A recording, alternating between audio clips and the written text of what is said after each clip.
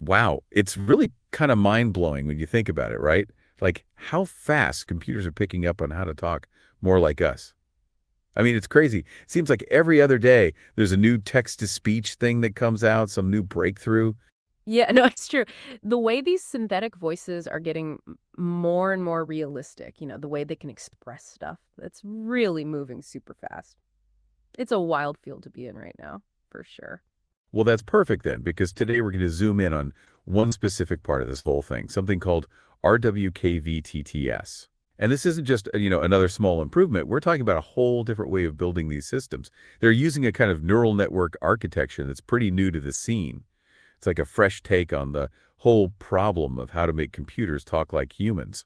That's a great way to put it. And what we're going to do today is break down what RWKV-TTS is all about, like why it matters and even where it could be headed, based on what Lin Yueyu and Liu Xiao have been working on.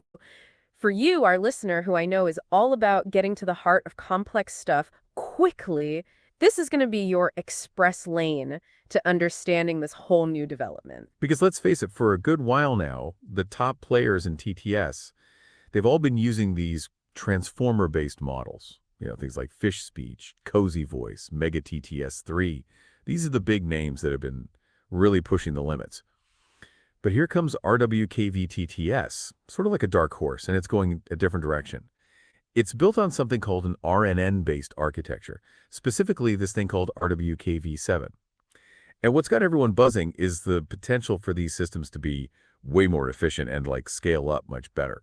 But before we go there, I think it's helpful to understand, where TTS has come from, how we even got to this point. You're right, a little history lesson never hurt. If you look back at the older ways of doing TTF, they were actually quite different. There was this thing called concatenative synthesis, which was basically like stitching together snippets of recorded human speech. And then parametric synthesis came along using all these mathematical models to try and create speech sounds. But both of them had a tough time with, making things sound truly natural and expressive. Yeah, they always had that kind of robotic vibe to them, right? But then neural networks came on the scene, and that, as you said, was a total game changer. It really was, and I think a big turning point was Takatron 2, which came out around 2017. That was one of the first truly end-to-end systems. It could just go straight from text to speech. And it used this really clever setup with an encoder and a decoder and this thing called an attention mechanism. Attention is like the model's way of homing in on the most important parts of the text, the parts it really needs to focus on to generate the matching speech sounds, sort of how we focus on certain words in a sentence to get the meaning right. And Takatron 2, it was a big jump forward in terms of like how good the synthesized speech actually sounded. And from there, it's been like a rocket ship, hasn't it? Fast speech came along, making things way faster. Then you had systems like VITS that were all about even more natural, more varied speech, using, well, I got to say, some pretty mind-bending techniques. Totally. And the interesting thing to notice is that all these newer systems, the ones that have really blown this away, they've mostly been using those transformer-based architectures we mentioned. That's the state of the art that RWKVTTS is now stepping into, but with this whole other technology underneath it. Right, so we've got a good sense of where things have been and where they are now. So let's jump into this RWKV7 thing. What is it and what makes it so different? Well, RWKV stands for Reinventing RNNs for the Transformer Era. It kind of tells you the whole story right there. And it came about, let me think, around 2023. The big idea behind it was to take the good stuff from recurrent neural networks, or RNNs, known for being efficient, and combine that with the ability to handle these long chunks of information, which is where transformers really shine. It's like, if you could have the fuel economy of a small car, but the carrying capacity of a big truck all in one. I like that analogy. And yeah, RNNs, they've been around forever, but their Achilles heel was that they sometimes struggled with remembering info from earlier on in a long sentence or conversation. And transformers kind of fixed that with their fancy attention mechanisms. So how does RWKV bridge that gap? That's got to be the key, right? Exactly. RWKV uses this clever architecture that lets it process information step by step, which is what RNNs are known for, and that helps with efficiency. But it also has these mechanisms built in that let it keep track of context over long sequences, just like how transformers use attention to connect different parts of the input. It's this neat design trick that avoids those heavy calculations that self-attention requires. Gotcha. And I think you also mentioned that people have tried RWKV out in other areas, like automatic speech recognition or ASR. Oh yeah, definitely. There was this paper by An and Zhang back in 2023 where they used RWKV for ASR, especially for stuff where you need to be really careful with memory, like streaming audio, real-time stuff.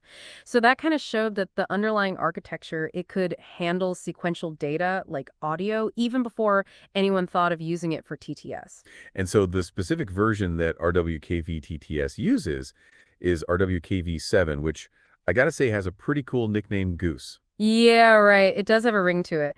So this paper by Pang and some other folks, that was in March 2025. They introduced RWKV7 Goose, and they talked about its expressive dynamic state evolution, which is really important for making speech sound natural, with all the little ups and downs and pauses and stuff, just like how we and that version, that's the bedrock of Lin Yueyu and Liu Xiao's RWKV-TTS system. All right, so we've got the backstory. We know about RWKV7 as this kind of special engine under the hood.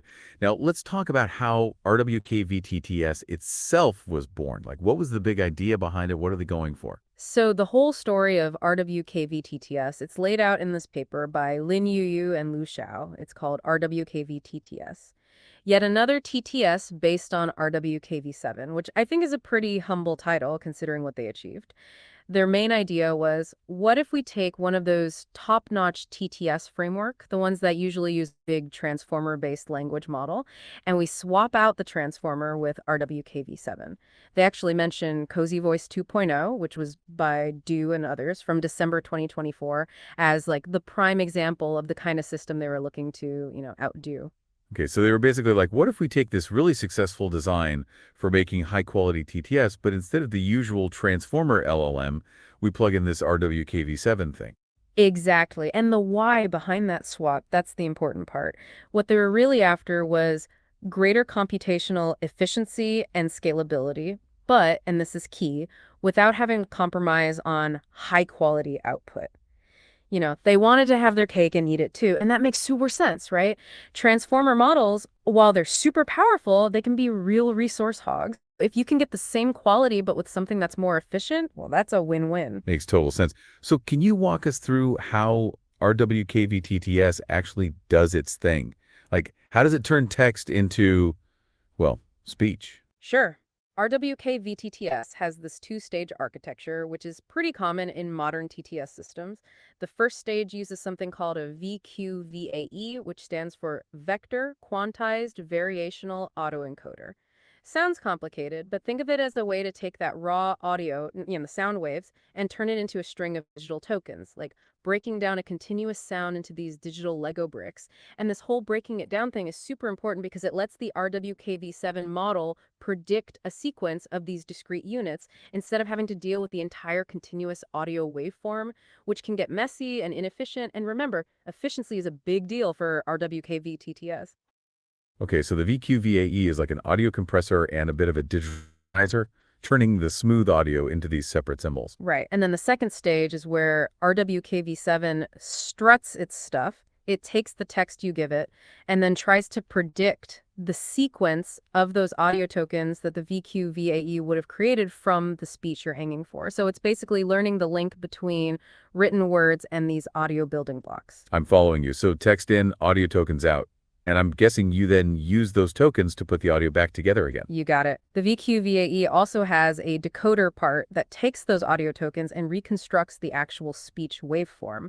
Now, if we zoom in on how they integrated this with CosyVoice 2.0, the way they arrange the data is really telling. When they feed info into the RW model, it's got a bunch of different embeddings, which are like these numerical representations of the data. Okay, hold on. What kind of embeddings are we talking about? There are SOS embeddings, which I'm guessing signal the start of a sequence. Then you've got text embeddings, which are like the model's understanding of the meaning of the words it needs to speak. And they also added these task ID embeddings, which probably help the model figure out like what style of speech to use, or maybe even what language, if it's trained on multiple languages. It allows the model to be more aware of the context and have more control over how it speaks.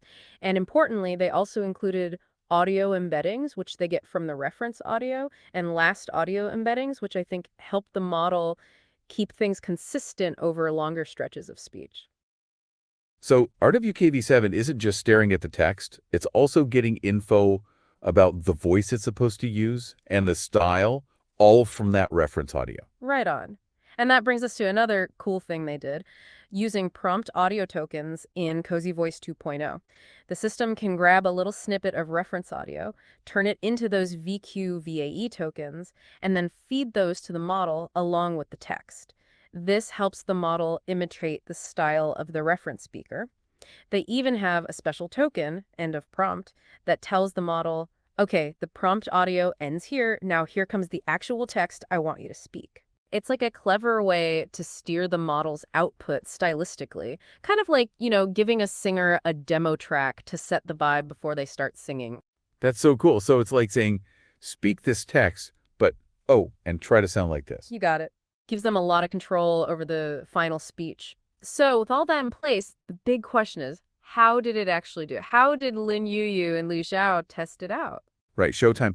They put RWKV-TTS up against a couple of benchmarks, right? Ground truth, which is just regular human speech, and then this FireRed TTS-1S, a transformer-based system. Yeah, that's right. FireRed TTS-1S that came from a paper by Guo and others in March 2025. And that represents the, more traditional state-of-the-art using transformers. And for the comparison, they had these 4 metrics, which are really interesting because they don't just focus on how clear the speech is. Okay, lay them on me. What were the metrics? First up, production quality, which is, I guess, what we usually think of how natural and understandable is the speech. Then they had production complexity, which is all about like how intricate and varied the prosody is, the rhythm and intonation. Then they looked at content enjoyment, which is how engaging and pleasant the speech is to listen to. And lastly, content usefulness, like how practical is the speech for real world stuff. Wow, they really covered all the bases. So what was the verdict? How did RWKV-TTS stack up? Well, the results were pretty darn encouraging for the whole RWKV-TTS approach. For production quality, RWKV-TTS was neck and neck with the ground truth 7.73 versus 7.80, and it wasn't far off from a FireRed TTS-1S, which got a 7.82. So in terms of just the basic sound quality, RWKV-TTS was right there with the best of them. That's impressive, especially since it's built on this whole other architecture. What about content enjoyment?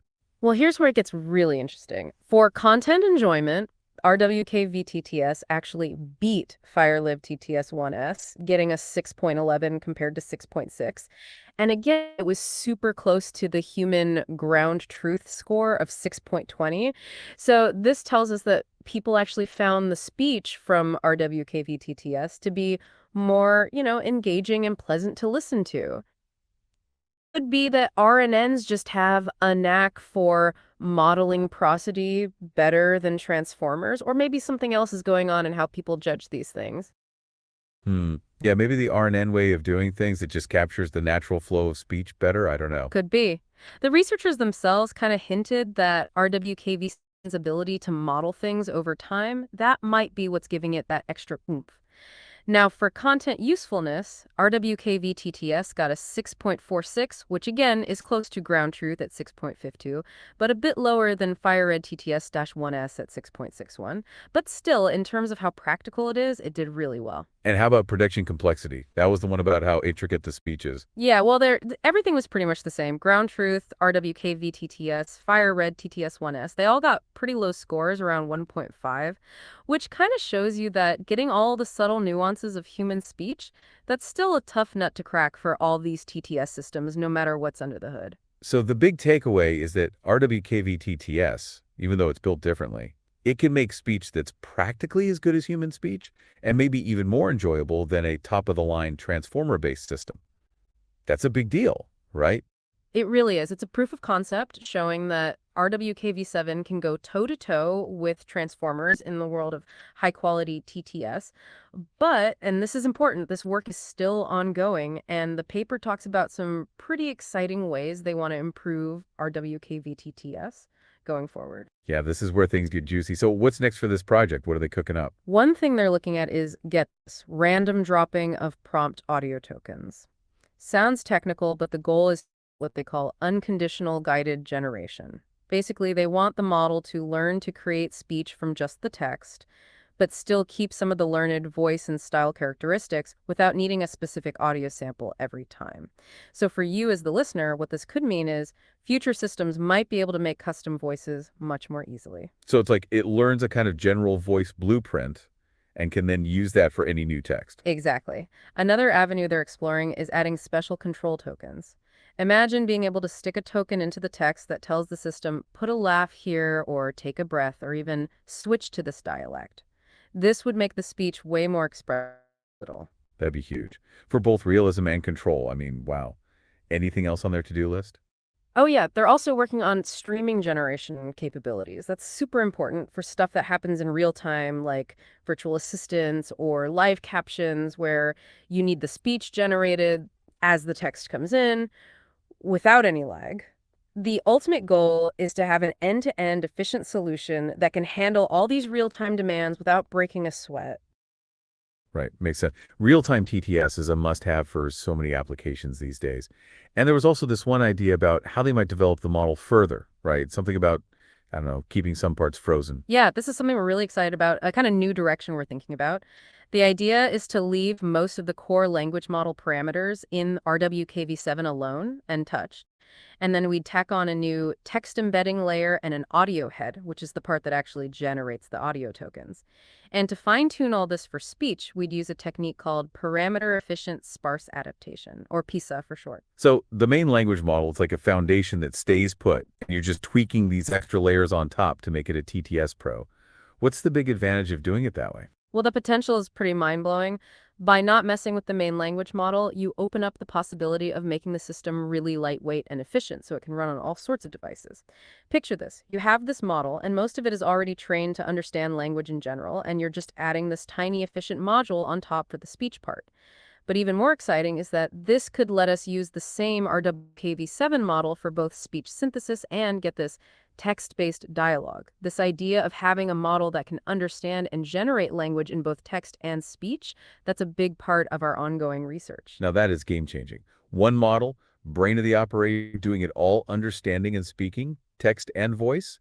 That's efficiency and versatility on a whole other level. Yeah, it's pretty cool. It kind of hints at a future where AIs will have this much deeper grasp of language and be able to use it in all these different ways seamlessly. So looking at our deep dive into RWKV-TTS, what are the main things our listeners should walk away with? I'd say the biggest takeaway is that RWKV-TTS shows us that RNN-based architectures, and RWKV-7 in particular, are a real contender to those transformer-based models that have been ruling the TTS roost lately. And it's not just a tweak here and there, it's a whole new approach that gets results that are just as good and in some ways even better. And what are the potential upsides of going this route with RNNs instead of transformers? Well, there are a few. First off, it could be way more computationally efficient, which means faster TTS systems that don't need as much horsepower. Then there's the way RNNs model things over time, which might be why RWKV-7 makes such natural-sounding speech. And as we talk about, this whole architecture is pretty adaptable, so we might see models that can handle both voice and text, which is pretty wild. And earlier you said this could have even broader implications. What did you mean by that? Well, if RWKV-TTS and stuff like it keep evolving, we could see these really high-quality voice synthesis tools become available to everyone, even in places where, computers aren't that powerful. It could really democratize the whole TTS thing and open up new ways for people to interact with machines. So we started by talking about how quickly AI speech is advancing and how transformer models have been leading the charge. Then we took this deep dive into RWKV-TTS, this new kid on the block, built on an architecture. We got under the hood, looked at how it performs, and even peeked into the future of this project. It's been quite a ride, hasn't it? It has, and the big aha moment for me is that RWKV-7 is a real force to be reckoned with in the TTS world. It has its own strengths, different from the transformer bigwigs. It shows you that sometimes going back to older ideas and rethinking them, focusing on efficiency like we're trying to do, can lead to some really exciting breakthroughs. And on that note, let's leave our listeners with a little something to chew on. Imagine a world where these TTS systems are super efficient and adaptable, where they can run on anything. How would that change how we talk to computers, how accessible information is, even how we make and consume content? Especially if we have these models that can do both voice and text, like some kind of universal language machine. What would that world look like? Definitely something to ponder as this research keeps rolling along.